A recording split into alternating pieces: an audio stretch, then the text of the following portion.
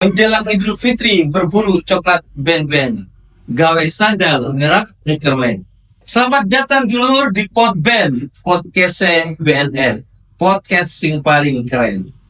Dulur, podcast kali ini podcast sing istimewa dalam rangka memperingati hari jadi BNN RI ke-23 tahun 2025. Oleh sebab itu, jangan sampai ketinggalan. Karena podcast ini podcast yang mengundang edukasi, inspirasi, dan aksi. Selamat menyaksikan.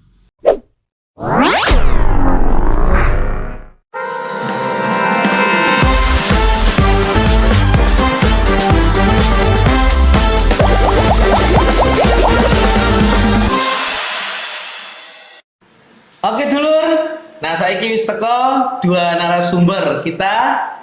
Assalamualaikum, selamat sore Mas. Selamat sore. Dengan nama? Fong Fong. Mas Fong Fong. Dari ini Mas? Afgan. Mas Afgan. Pripun kabarnya sehat? Sehat. Alhamdulillah sehat Mas ya.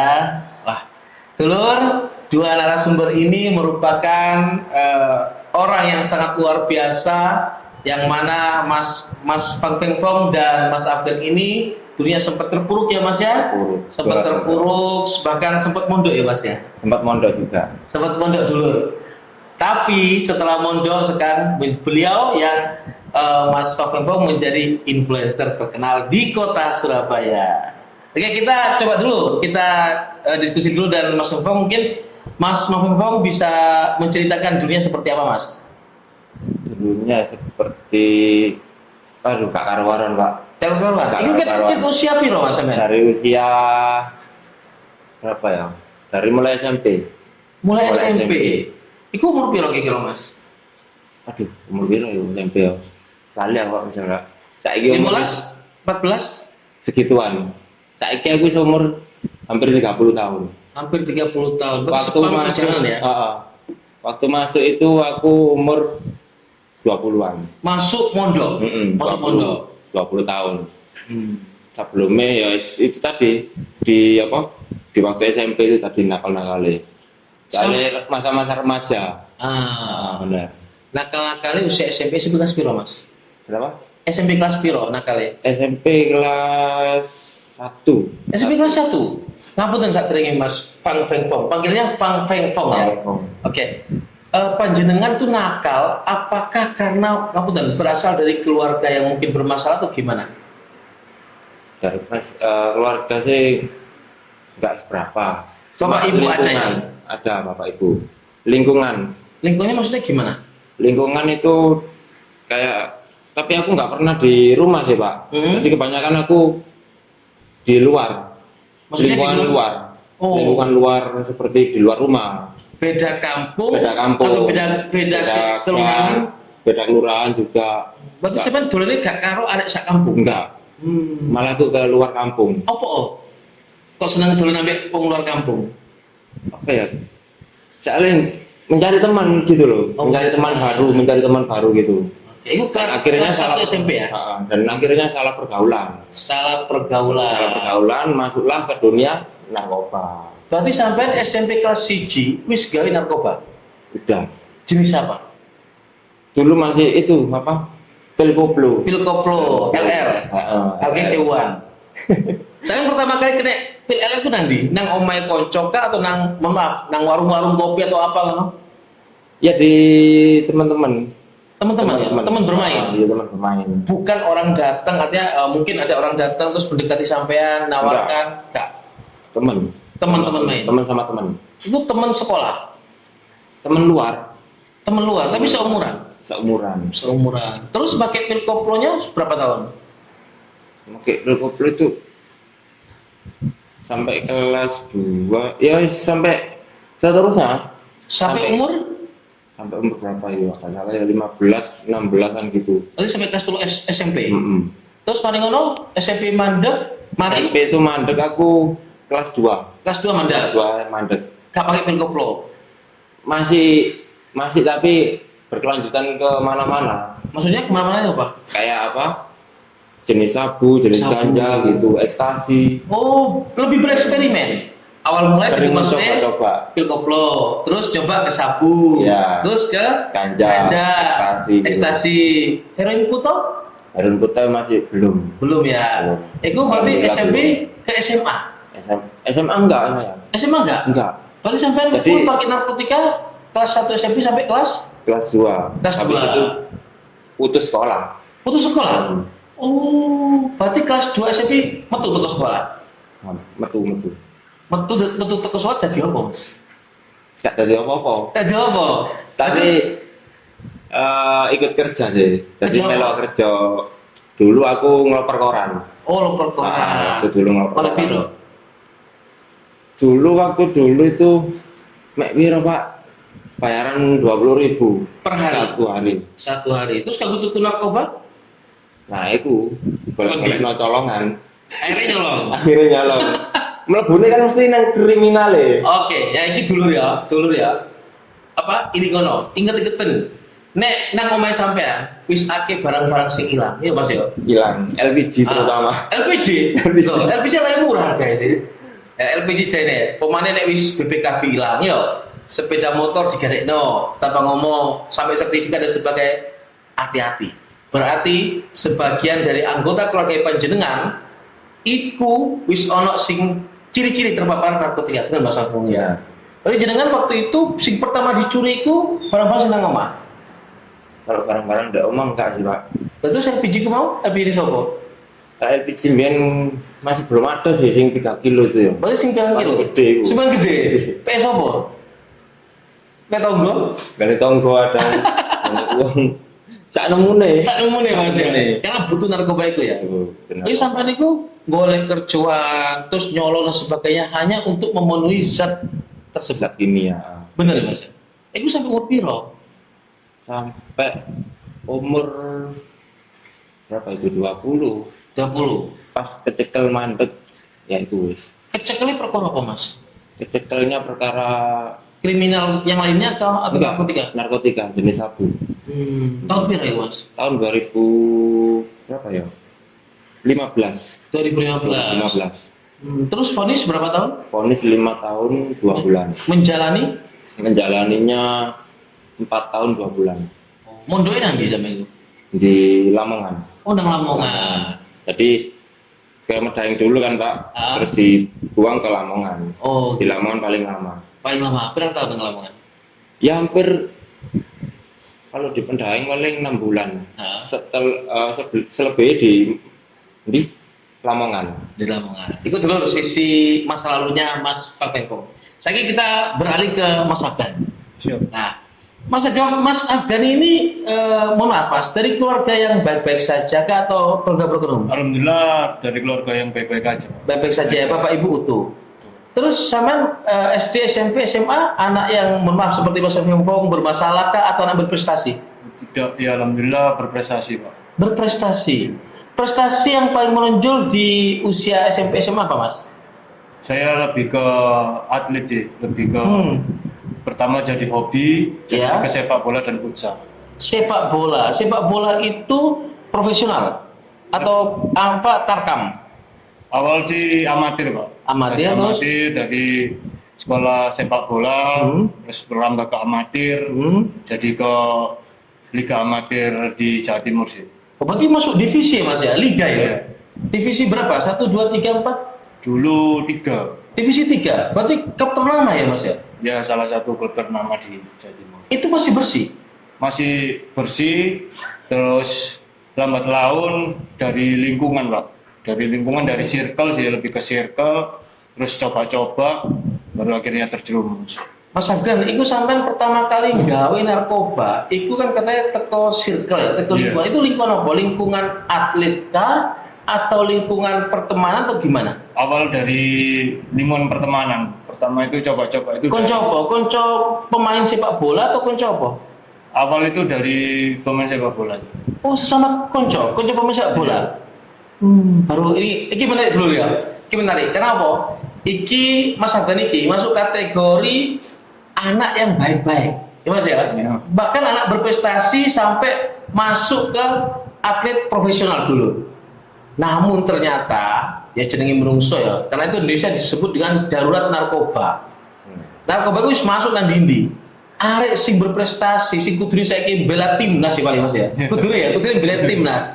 Arek harus jatuh ke narkotika gara-gara circle di pekerjaannya, di hobinya kacau karena narkoba. Berapa tahun sampai ambil kocok-kocok gaya narkoba itu Mas? Itu saya mulai tahun 2013, jadi 2010. 2010 sampai 2010 sampai kemarin terakhir saya akhirnya ketangkap, Pak. berarti 2010 sampai 2014, 14 tahun nih Mas ya. Terus sampai tuh begitu gaya narkoba, terus jadi atlet gak? Masih. Terus? Jadi lebih ke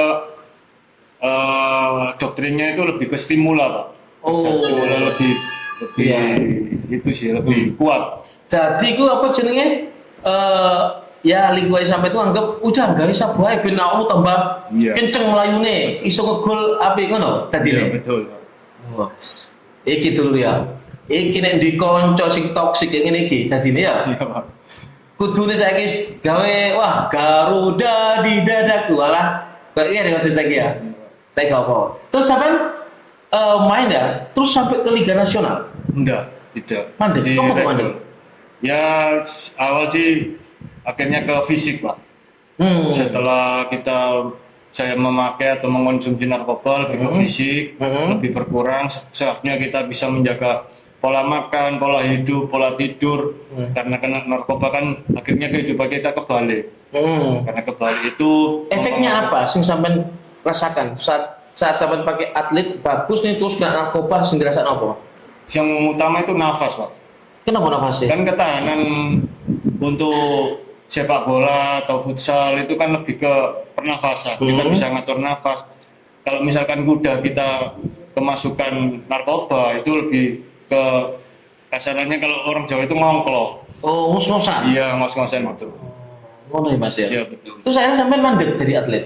Iya, akhirnya mau gak mau harus mengakhiri. Jadi Kalau sampean cita-cita jadi pindah dia apa sih Mas? ya sebenarnya pengen jadi pemain sepak bola profesional, Pak. Kalau udah masuk ke divisi 3 ya. Iya. Tapi sampean wis dikontrak kalau klub-klub ternama. Iya, salah satu di Jatim pernah Ternama di Jawa Timur luar biasa. Jaga narkoba hanya harus gantung sepatu. Betul.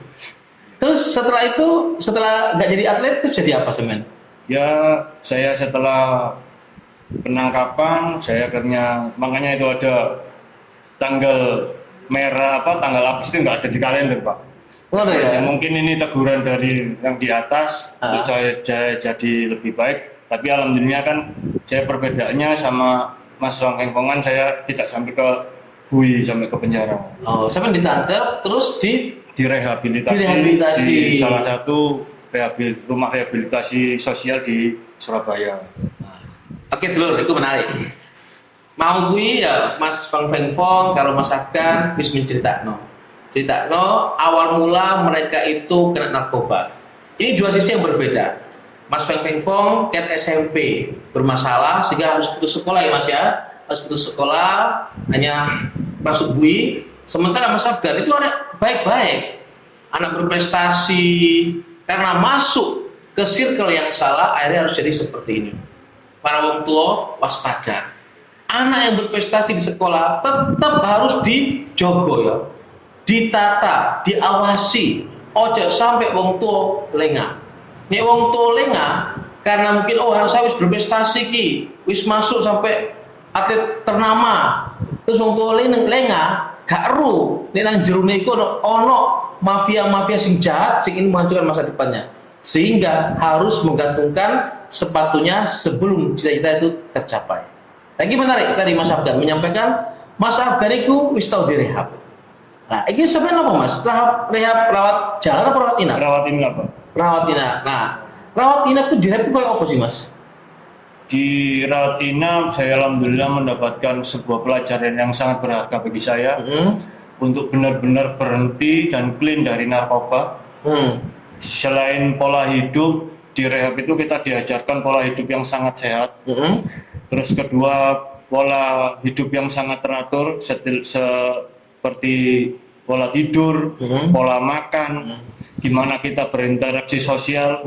Jadi lebih kita ke perilaku sosial kita yang sebelumnya kita masih menggunakan atau penyalahgunaan narkoba itu seperti menyimpang setelah pola hidup tidak sehat dan lain-lain. Itu di sini di rumah rehab itu bisa diajarkan program-program yang menjadikan kita manusia atau orang lain yang bisa beraktivitas tanpa menggunakan narkoba, tanpa ketergantungan pada narkoba. Berarti selama sampai itu di rehab rawat inap, sampai dikasih katakanlah materi-materi, terus pola hidupnya sampai diatur mulai dari bangun tidur sampai tidur maneh, sampai itu diatur sehingga sampai harus kembali ke kehidupan normal. Betul nih Mas ya? Iya. Betul. Sampai di rehab berapa bulan sih Mas? Saya 3 bulan Pak. 3 bulan. Gak bosan? Ya dibilang jenuh ya jenuh, tapi memang itu udah konsekuensi dari kesalahan saya sendiri. Saya juga harus mempertanggungjawabkan pada diri saya, terutama pada keluarga. Saya lihat keluarga juga sangat-sangat kecewa sama saya. Makanya saya buktikan bahwa dari jembatan rehab itu saya bisa berubah menjadi lebih baik secara perilaku, secara sosial, kehidupan menjadi kehidupan yang normal tanpa menggunakan narkoba. Mas, waktu sampai di rehab sempet nggak punya niatan ingin melayu mana? Kalau niatan sih tidak Pak, Kayak? kayaknya lebih ke merubah diri saya pribadi, Lebih enjoy? lebih enjoy, jadi lebih pede lah. DPD. Oke, ikut dulu mau ceritanya Mas Afgan. Nek nang rehab iku gak di penjara ya Mas ya? Tidak. Nang rehab iku ditoto uripe. Ya apa carae psikologine ambek perilaku iku iso normal kembali. Oleh sebab itu dulur, bagi keluarga atau orang yang saat ini lagi aktif pakai narkoba, ojo wedi kanggo rehab ya. Iya. Teko nang BNN. Gak dipidana, gak dihukum, tapi direhabilitasi. Mana Mas ya? Betul. Direhabilitasi selama berapa bulan Mas? 3 bulan. 3 bulan. Sehingga sampai begitu selesai, sampai itu punya apa ya? Proteksi diri Mas ya. Punya proteksi bagaimana saya harus melangkah supaya saya bisa aman dari narkoba. Oke, kita kembali ke Mas Song Peng Pong. Nek mau kan Mas Afgan itu direhab ya. Lagi Mas Song Peng Pong di pondok no Mas. Di pondok. Lah, bisa cerita Mas. Nang penjara itu apa sih Mas suasananya Mas? Kalau di suasana di penjara itu turunnya sesek-sesekan. Oh no. Jadi kan dan di situ kan dikumpulkan orang banyak Pak. Nggih. Satu kamar itu kan orang banyak. Kayak orang 50 kadang gitu. Jadi langsung jadi satu gitu. Terus dia turu piye? Turu ngadeg apa turu? Diteger Pak pindang. Ono kasur enggak? Kasur nggak ono. Lantainya nih. Lantai. Petang tahun kayak ngono sampean. 4 tahun. Lah iku dulur, enak ndi? Rehab apa penjara? Iki saksi urip iki reality show iki. Mending rehab. Mending rehab Mas. Saya timbangan nglakoni sakmono suwene 5 tahun. Terus sampean selama 4 tahun bersama dengan narapidana lain ya Mas ya? Ya. Gitu. Itu ono konflik gak sih Mas nang kono kuwi? Enggak sih. Enggak. Enggak ya. Ya kita pembawaannya di dalam itu baik-baik aja. Mulai bangun tidur sampai tidur lagi tuh diapa nang kono nang penjara itu? Kasih makan. Memang ngantuk, mangan turu. Ono program rehab gak nang kono? Program ya paling ada kayak aktivitas apa? Sholat gitu, sholat duha, terus sholat apa itu? Duhur. Terus kalau pagi itu biasanya senam. Terus ada ngaji-ngaji gitu. Ono sing gawe sampean kapok gak? Tak pengin balik mana iku? Ya rai kapok. Ya wis narkoba iku mah Pak, gak rai kapok. Ono ya. Nah, makanya aku gak pengen balik mana. Cukup 1 kali dan sekian terima kasih. Oke, mantap. Cukup sekali dan sekian terima kasih. Nah, terus Mas iki cari tak untuk nang media sosial ya. Wah, kok ini sampean luar biasa ya ketemu karo pejabat, terus influencer wake, terus apa? Oleh promosi-promosi teko single. Itu apa sih awal mulai sampean begitu kayak narkoba, masuk penjara, terus keluar sudah di influencer itu ya apa ceritanya Mas? Jadi awal mulai aku mau kerja itu kan sebelumnya apa kerja itu kan bingung aku metu mben iki dadi apa? Nah, iya. Ijazah gak duwe. Ah. Terus apa itu? Ijazah gak duwe sekolah ya tak tutup. Ya wis lah, tak lakoni ae uripku meneh. Aku metu kok kene. Dan setelah keluar itu Ya aku iseng-iseng gawe kayak konten-konten TikTok, konten TikTok tapi ke narkoba gitu. Jadi arahnya itu ke narkoba. Emang edukasi narkoba ya? Dan itu pun meledos. Oh. FYP besar kan Ku tahun berapa itu Mas? tahun 2020. Berarti sampean ditahan 2015 ya? 2015 keluarnya tahun 2020. 20 pas Covid itu Mas Pas ya? Covid. Terus langsung konten. Yang konten cuma nggak segitu viral kan. Terus akhirnya ke edukasi narkoba itu FYP. kontennya FYP meledak. Akhirnya tak teruskan itu terus, konten itu terus. Jadi apa yang viral kan kita apa itu namanya, kita tutupi terus konten yang viral itu. Sebenarnya sampean jadi influencer itu meh 5 tahun iki Mas ya? Hampir 5 tahun. Enak tau jadi influencer Mas? Ya enak ono nggak enak ya Pak? Enak ya? Enak ya dewe kayak oleh endrosan. Kayak oleh endrosan kan mesti oleh duit awak dewe. Iya. Nah, terus oleh barang-barang itu kok endrosan barang, kayak makanan, atau minuman gitu. Lah kan enak gue mau pas mikir pas buntu. Oh. Pas buntu mikir ide nggak tonton apa gitu. Terus saya pas butuh, nggak ya apa sampean? Nggak narkoba buka? Enggak. Oh enggak ya. Tetap berpikir ini apa positif. Positif. Oke. Terus berarti jadi influencer itu iso mencukupi kehidupan sehari Mas? Alhamdulillah bisa sekarang. Bisa ya? Bisa sekarang.